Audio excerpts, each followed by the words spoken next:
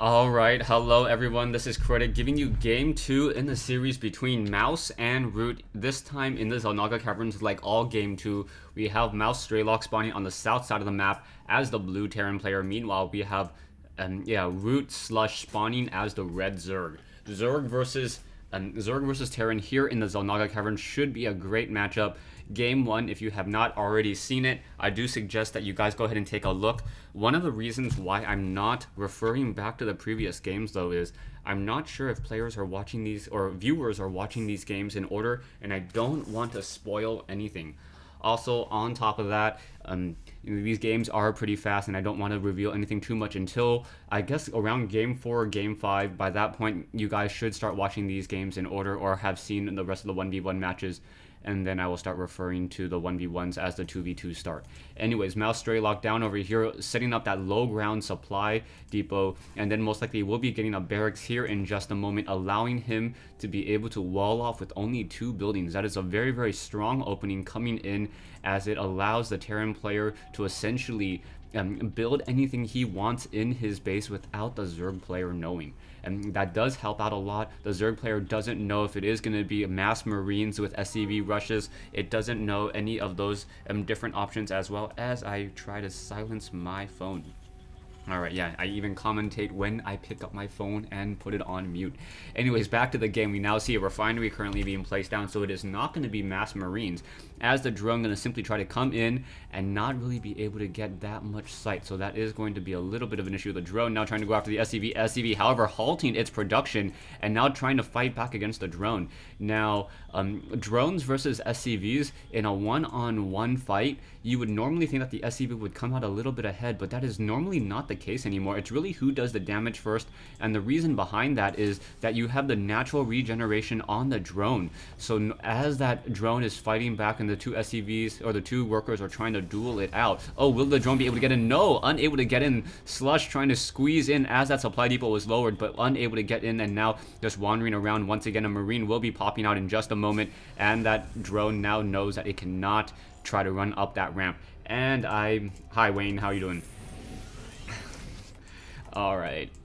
Anyways, back over here, we have Slush currently setting up this expansion over here. Wow, just so many mistakes, and I should probably quit Skype at the same time. So there we go, no Skype. Wow, I am all over the place today. Yeah, one cast, trying to cast all these games very, very quickly. There are a lot of games to cast, and hopefully no more interruptions as an SCV and now a Marine try to chase down this one particular drone. We do see a factory currently being built, and we do have double refineries in play. Double refineries obviously indicating that it is most likely going to be some Banshee harassment in just a moment. Back over here, SCV still doing some scouting as those drones are trying to do some damage towards this one Marine. The drones now making their way over here and will be able to start mining out of this location. We do see the Roach Warren now coming into play. So with that Roach Warren, obviously we'll be able to start training up some roaches and putting a little bit of pressure on this front door.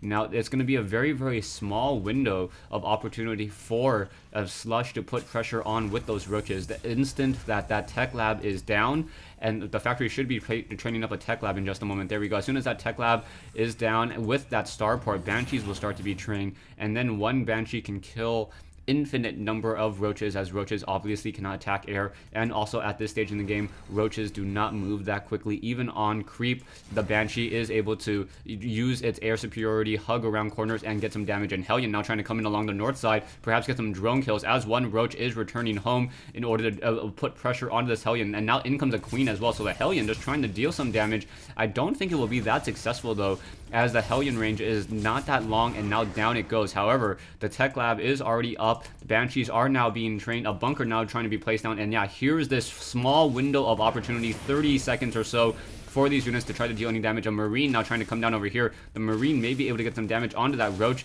And now the Roach, however, is going to simply walk up that ramp, able to take it down. And now this supply depot is in a little bit of trouble. But this is a very, very nice building placement by Strelok. Strelok does know that he has a double wall in. So with this double wall in, even if the roaches do get up here, they have to take down another set of buildings. And with that new set of buildings, it will delay them. And now out comes this Banshee. SCV now coming in to start repairing the supply depot here. And now this Banshee should be able to get at least 1 or 2 kills, as those roaches are moving relatively slowly.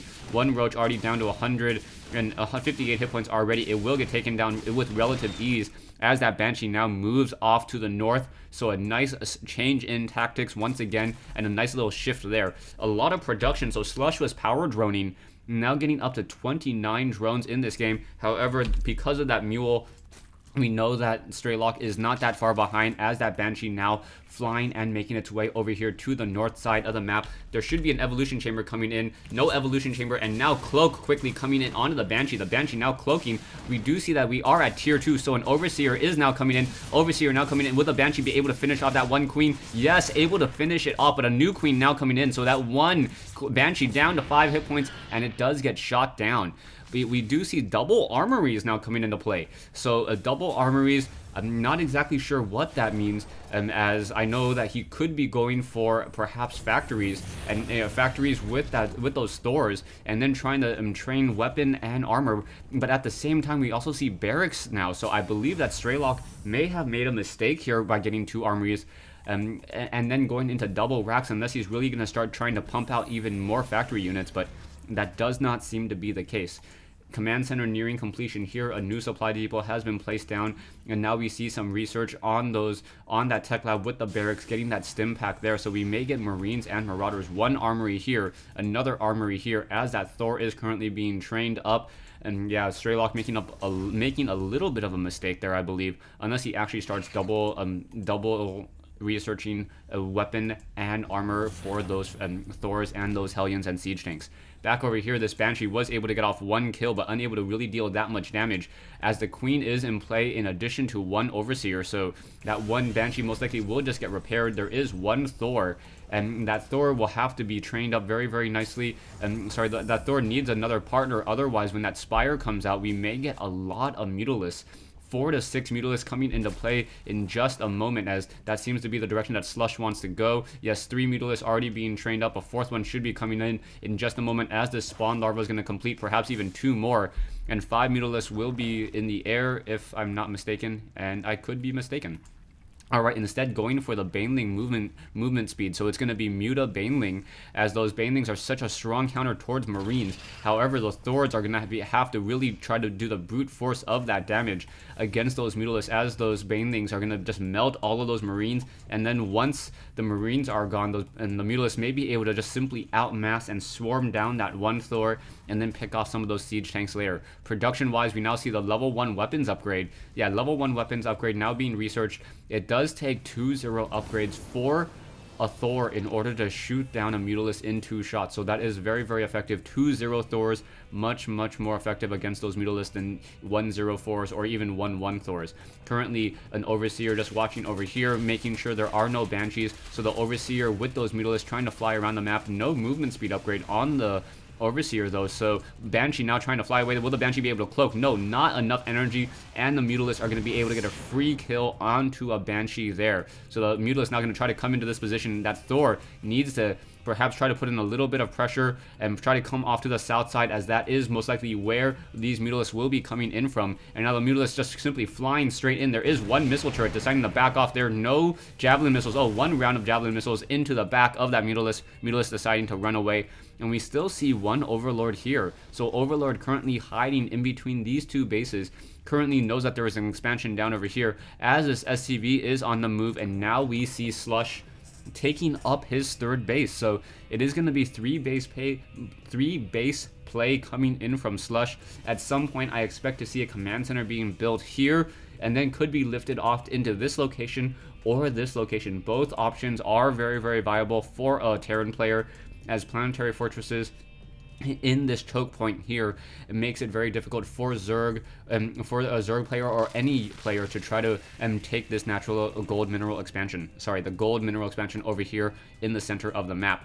Now we see SCV is now continuing to do more scouting. He does not know about this expansion over here. Slush pretty much does not know what's going on inside the base. He does not know about the double reactors on these barracks, so that is going to be a lot of mass Marines. And now another factory being placed down, and now getting another tech lab. So he may be going Marine Thor. Marine Thor, very, very strong as well. It does do well against Mutalisks. Banelings, however, are going to be the bane of the Marines. So we'll see how that works out, as those Banelings do not have any weapons upgrade just quite yet. Those siege tanks will be able to blast apart those banelings before they're able to get within that combat distance, and now these marines perhaps coming in over here, suspecting that these mutalisks may be coming in. So we already have, what, 7 marines plus 1 medevac waiting for their arrival.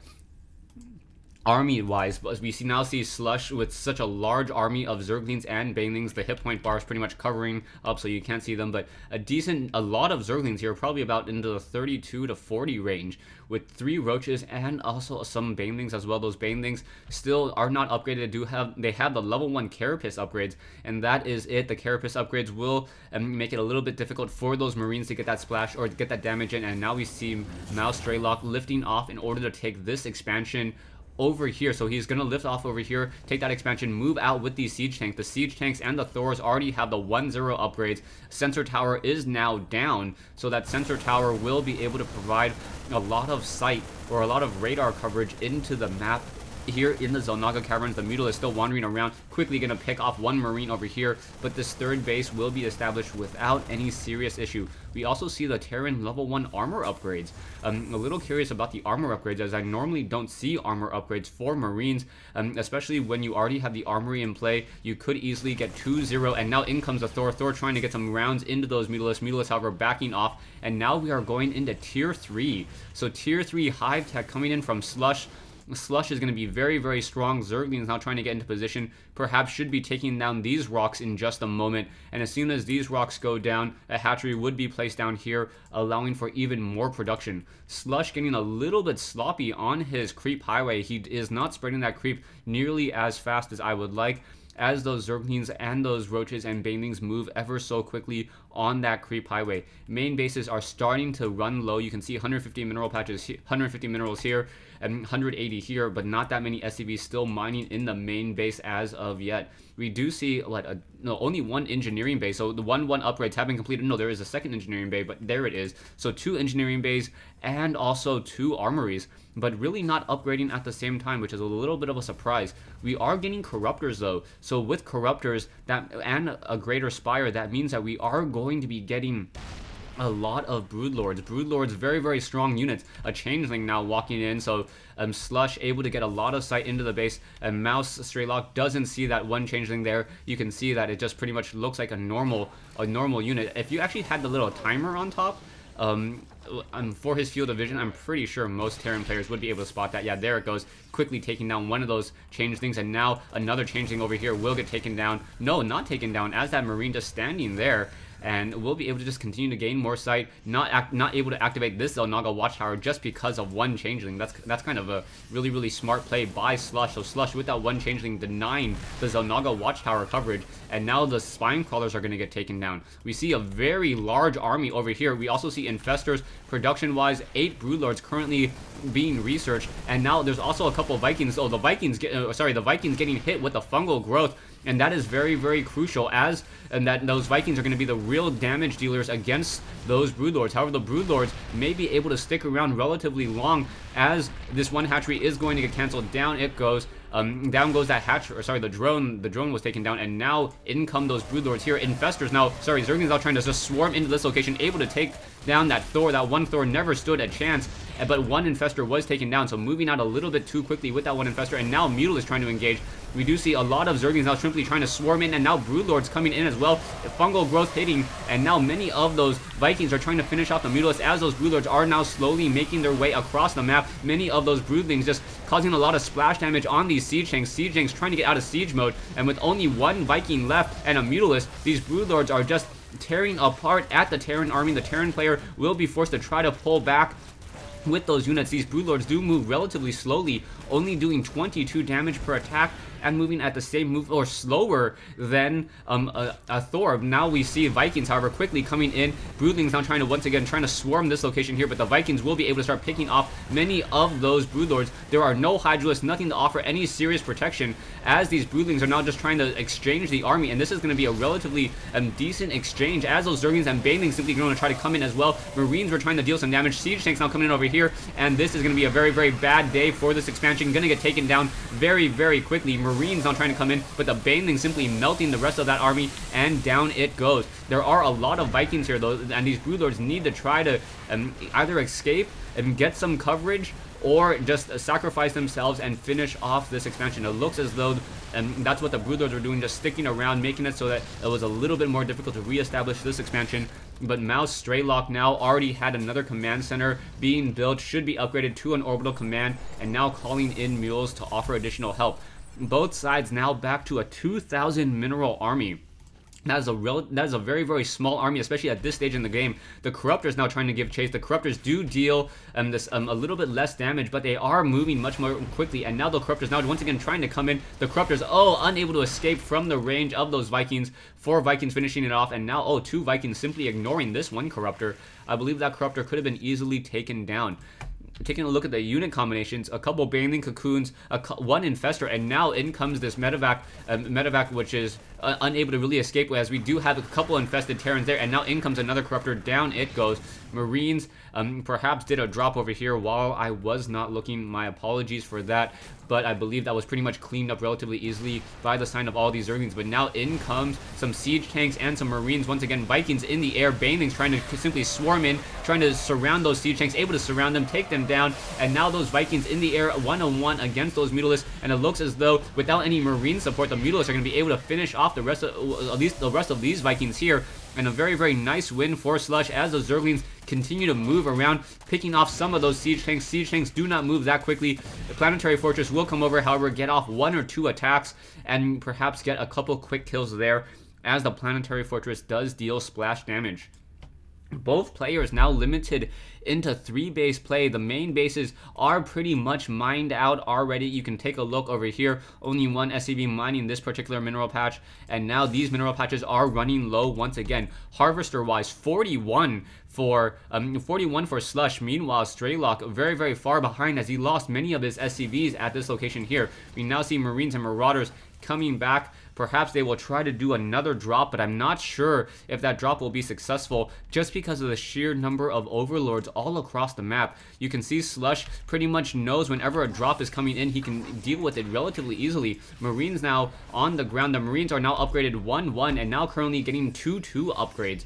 Those Marines need to become stronger, especially in order to deal with the 2-1 upgraded Zerglings, especially if they try to fight on creep. More Infestors now being trained. You can see Slush running off of a very, very strong gas supply right now, sitting on about 1,700 gas. He could try to opt in and try to go for more Broodlords, but that wouldn't be that smart of an option at this point, just because the number of Vikings that are currently in the air. Marines and Marauders now being dropped off by this medevac will be able to come in. No, Zerglings quickly coming in, swarming this location, and with those Mutalisks so close by, the Mutalisks will be able to finish off that medevac, and down it goes. So wow, RootSlush doing such a great job here, and now moving out once again. Zerglings coming back, and now both sides just playing a very, very macro style game. 3,000 mineral army for Slush, 3,000 mineral army for Strelok, and now economy, we see 1,100 versus 1,000.